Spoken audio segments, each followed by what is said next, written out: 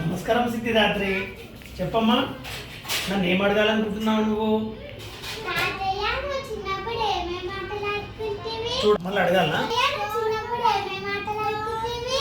నేను చూడమ్మా, చిన్నప్పుడు కబడ్డీ ఆడేవాళ్ళము, కోతి కొమ్మచ్చి, తర్వాత గిల్లీ డండ, అలాంటి చిన్న చిన్న ఆటలు ఆడేవాళ్ళమ్మా.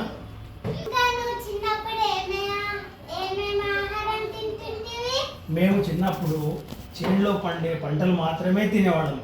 ఎందుకంటే మాకు అప్పుడు ఎరువులు అలాంటివి ఏమీ లేవు.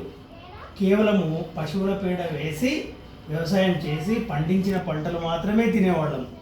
అవి మాకు ఎంతో బలాన్ని, నేను ఇలా ఉన్నానంటే కారణము ఆ పంటలు తినడం వల్లనే సిద్ధిదాత్రి. ఇంకా అడగమ్మా.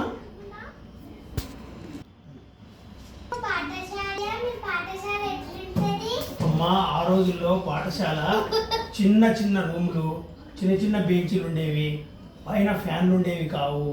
క్లాస్లో చాలామంది ఉండేవాళ్ళు. మేము గురువు గారు ఎంతో భయపడేవాళ్ళం తెలుసా. మమ్మల్ని బాగా కొట్టేవాళ్ళు, మమ్మల్ని గోడ కుర్చీ వేయించేవాళ్ళు. మళ్ళీ అవునమ్మా, భయంకరమైన శిక్షలు వేసేవాళ్ళు. పైన ఇలా కోదండం వేసి మాకు వెనక సైడు కొట్టేవాళ్ళు. ఎంత భయంకరమో తెలుసా. ఒకరోజు పాఠశాలకు రాకపోతే తెల్లారి ఒక 10 మందిని ఇంటికి పంపించి మమ్మల్ని గుంజుకొని వచ్చేవాళ్ళమ్మా. చెప్తే భయంకరంగా ఉండేది సిద్ధిదాత్రి. ఇప్పుడు చదువులు చాలా బాగున్నాయి. ఇప్పుడు టీచర్లు బాగా చెప్తున్నారు.